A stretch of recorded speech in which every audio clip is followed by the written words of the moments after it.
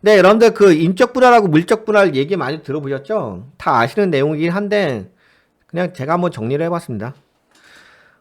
인적 분할은 수평적 분할이라고 하고요. 물적 분할은 수직적 분할. 근데 이거 간단하게 얘기해 드린다면 요 A 회사를 분할을 하는 거예요. 여기 보시게 되면 공통점이 분할이라는 단어가 있는 거예요. 분할. 예, 근데 이제 좀 차이점이 그거죠. 인적 분할이냐, 물적 분할이냐, 요 차이가 있는 것 뿐인 거죠.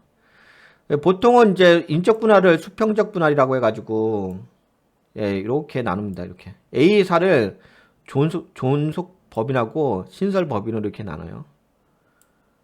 그리고 물적 분할은 이렇게 종속 회사는 아예 수직적 분할이라고 합니다. 수직적 분할로 이렇게 합니다. 그래서 그 인적 분할은 보통 호재라고 하는데 왜 호재라고 하냐면은 호재성 내용이라고 하는데 왜 그러냐면 그러니까 이거를 주주 입장에서 봐야 돼. 주주 입장에서 봤을 때 이 회사에 대한 주식을 A사에 대해서 주식을 이제 뭐 예를 들어서 뭐 100주를 갖고 있잖아 있겠죠. 100주를 갖고 있다 칩시다. A사에 대해서 주주 입장에서 보는 거예요. 우리 개인 주주 입장. 근데 인적 분할을 하게 되면 존속법인하고 신설법인으로 이렇게 나누는데 이제 신설법인이 만들어지는 거겠죠. 어, 예를 들어서 이렇게 나눠지는 거죠. 존속법인은 60%고 그리고 신설법인은 40%가 되는 거야. 그러면 이 기존의 주주는 내가 100주를 갖고 있으면은 60%면 내가 여기에 60주를 갖고 있는 거고 신설법인에 내가 40주를 갖게 되는 거야. 그러니까 신설법인의 어떤 특징의 어떤 그런 호재성 재료도 내가 그러니까 수혜를 받을 수가 있는 거지. 이해가 되셨죠? 만약에 60대 40으로 나눈다면은 내가 100주를 갖고 있었어. A 회사에서 A 회사가 이게 나눠진 거야. 그러면 내가 60%니까 60주를 종속법인 거 갖고 있는 거고 신설법인 거는 40주를 갖고 있는 거고 이렇게 되는 거거든. 근데 물적 분할을 하게 되면은 내가 100주를 갖고 있잖아요. 그럼 내가 A사의 100주를 갖고 있는 거잖아. 근데 내가 신설법인의 주식은 가질 수가 없어. 그냥 난 A사만 갖고 있어. 왜? 그냥 얘는 그냥 종속법인으로 들어가는 거거든요. 다시 말씀드릴게요. 똑같이 내가 주주 입장에서 봤을 때 물적 분할을 하게 되면 요거를 그냥 신설법인으로 하나 해서 이 A사에 그냥 종속법인으로 들어가는 거예요. 그래서 내 주식수는 여기 100주를 갖고 있잖아요. 나는 신설법인에 여기 주식수를 가질 수가 없어요. 그냥 나는 그냥 이것만 갖고 있는 거야. 그러면 이 신설법인이 주가가 막 올라갔을 때 나는 혜택을 받을 수 있는 게 없어. 그러니까 만약에 혜택을 받을 수 있는 건 없어. 왜? 나는 여기 그냥 요 주식만 갖고 있으니까. 그래도 여기는 인적 분할 때는 존속법이라고 신설법인이 나눴을 적에 신설법인이 40% 됐으면 내가 40주라도 갖고 있잖아. 그러면 여기서 움직였을 적에 내가 수익을 낼 수가 있는 거잖아. 근데 물적 분할은 그냥 내가 여기서 아무런 신설법인에 대한 권한이 없어. 내가 여기 주식을 가질 수 있는 게 없어요. 그래서 주주 입장으로 봤을 때는 악재야. 악재. 그래서 예, 인적 분할은 호재, 물적 분할은 악재. 이해가 되시나요? 물적 분할? 그래서 이제 인적 분할은 기존 주주에게 신설 법인 주식 동일 배분, 기존 지분 구조 변경, 주주 보호 이슈, 소액주주들이 선호한 방식. 여기서 키포인트는 소액주주들이 선호한 방식이 네, 인적 분할인 거고. 그리고 뭐 인적 분할을 하는 이유는 지주 회사로 전환. 보통 이제 존속법인을 이제 홀딩스라고 하죠. 홀딩스로 하고 그다음에 이제 신설법인 이렇게 하는 거죠. 네, 최대 주주의 지배권 강화.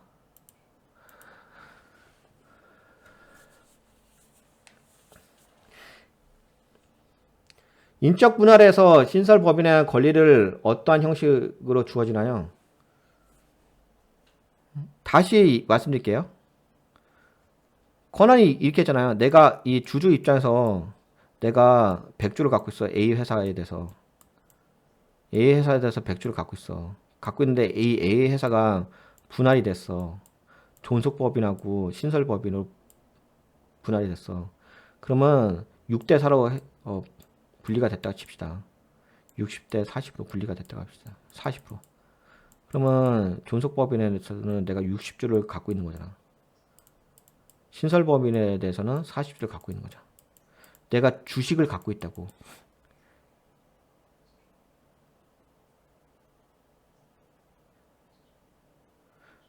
네, 이 A사가 이렇게 나눠진 거야. 이 A사가 이렇게 나눠진 거예요. 이 A사가. 이렇게. 여기도 주식이 있어야 되는 거야, 주식. 주식이 있어야지 내가 이 회사에 대한 권리를 내가 가져갈 수 있는 거잖아요. 이 100% 회사를요, 이렇게 써드릴게요. 예, 주식 형태. 그러니까 이렇게 써드릴게요. 여기 예를 들어서 60% 이렇게 되는 거고, 여기가 40% 이렇게 되는 거야. 그럼 내가 여기 이 회사에 대해서 100주를 갖고 있어. 그 분할을 이렇게 했어. 이렇게 하게 되면 어떻게 된다고? 그럼 내가 여기 60주를 갖고 있는 거고 40주를 갖고 있는 거야. 그러면 내가 40주만큼 신설법인에 대한 수혜를 받을 수가 있는 거잖아. 권리가 있는 거잖아. 그치? 근데 물적 분할은 신설법인에 대해서 빵이야, 빵. 신설법인에 대해서 빵 프로야, 빵 프로. 그냥 분할해봤자 나한테 돌아오는 게 아무것도 없어. 네, 자동으로 분할이 돼요. 아, 네, 자동으로 분할이 돼요. 네, 이 분할하게 되면 네, 당연히 자동으로 분할하지. 그래서 네, 자동으로 네, 자동으로.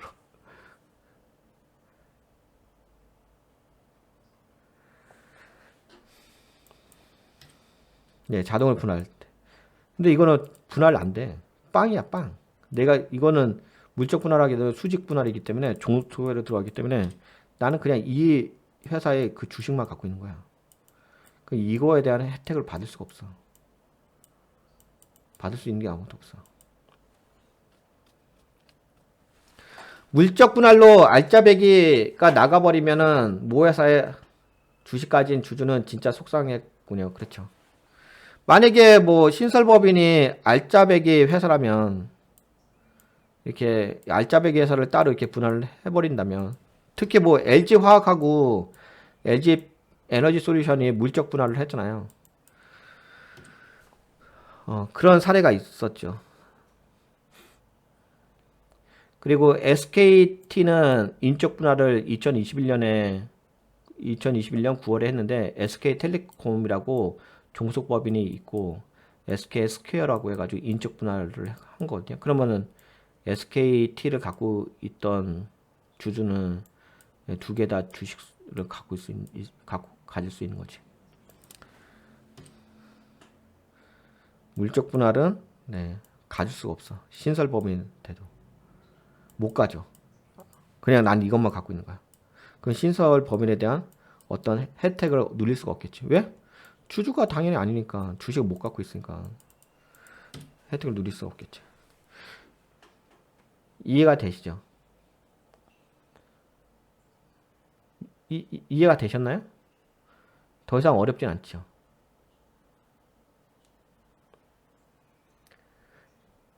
이거는 물량 관점으로 생각하시면 어렵지 않을 거예요.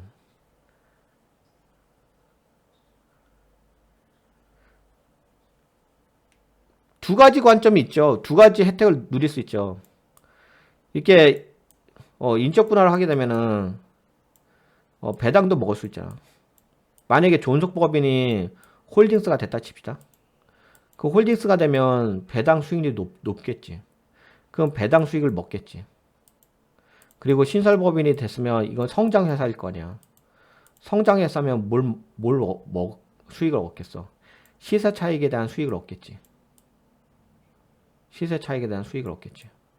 그 시세 차익에 대한 수익도 또 먹을 수 있고, 그 두 가지 다 먹을 수 있는 거야. 배당 수익도 먹을 수 있고, 어, 저기 시세 차익도 먹을 수 있어. 근데 이거 물적 분할 하게 되면 배당 수익은 먹을 수 있긴 하겠지. 배당 수익은 가져올 수 있겠지. 왜냐면 신설법인에서 돈 벌어오니까 지분법으로 인해서 배당 수익은 먹을 수 있는데 신설법인이 성장을 하게 됐게 예, 성장하게 되면은 이 회사가 내가 시세 차익을 먹어야 되는데 시세 차익을 먹지 못할 거 아니야. 그러니까 배당만 먹고 시세 차익을 못 먹는 거야. 근데 주로 이제 이렇게 물적 분할할 때라든지 이렇게 분할할 때 시세 차익과 배당 둘 다 먹을 수 있는 분할이 인적 분할이 그래요. 근데 그렇게 볼 수 있죠. 그렇게 볼 수가 있겠습니다. 신설법인은 보통은 그렇지 않나요? 우리가 새롭게 법인을 만들었어. 그러면 그 법인을 새롭게 만든 이유는 그 회사가 앞으로 성장할 것을 예상해가지고 신설법인을 만드는 거잖아. 신설법인을 만들었는데 그 회사가 망할 거라고 생각하기 때문에 신설법인을 만드는 건 아닐 거 아니야. 성장할 거라고 생각하니까 신설법인을 만들었겠지.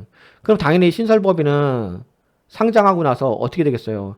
당연히 성장하겠지. 시간이 걸리긴 하겠지만. 그러면 성장하게 되면 시세 차익을 먹을 수 있겠지. 이것도 마찬가지 아니었어? 물적 분할 회사도, 분할을 했어. 신설법인을 만들었어. 그 이 회사도 성장할 거 아니야, 신설법인이. 아니, 성장하라고 신설법인을 만들었겠지. 그럼 망하라고 만들었겠냐고. 신설법인은.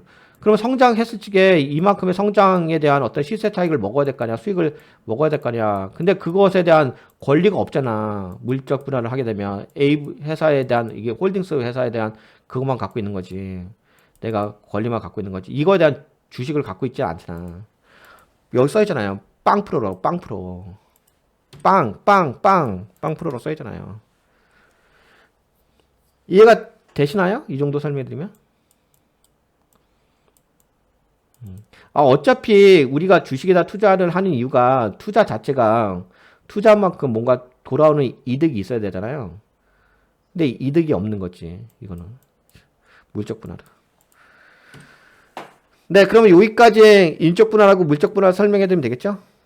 네, 여기까지 설명드릴게요. 뭐 그렇게 어려운 건 아니라서. 단지 익숙하지 않으셔서 그럴 거예요. 익숙하지 않으셔가지고 처음 일이시기 때문에 처음 듣는 내용이고 익숙하지 않기 때문에 그것 때문에 약간 혼란스러울 수는 있죠. 근데 모든 게 다 그렇지 뭐. 처음이라서 익숙하지 않아서 이렇게 딱 듣자마자 피부에 와닿지 않는 건데 몇 번 듣다 보면 네, 익숙해질 거예요. 항상 뭐든지 다 그래요. 어떤 거든지. 어떤 거든지 다 처음에 들으면은 네, 피부에 와닿지 않습니다. 아무리 쉬운 내용이라도. 네, 아무리 쉬운 내용이라도 그래요. 여하튼 요건 여기까지 설명해 드릴게요.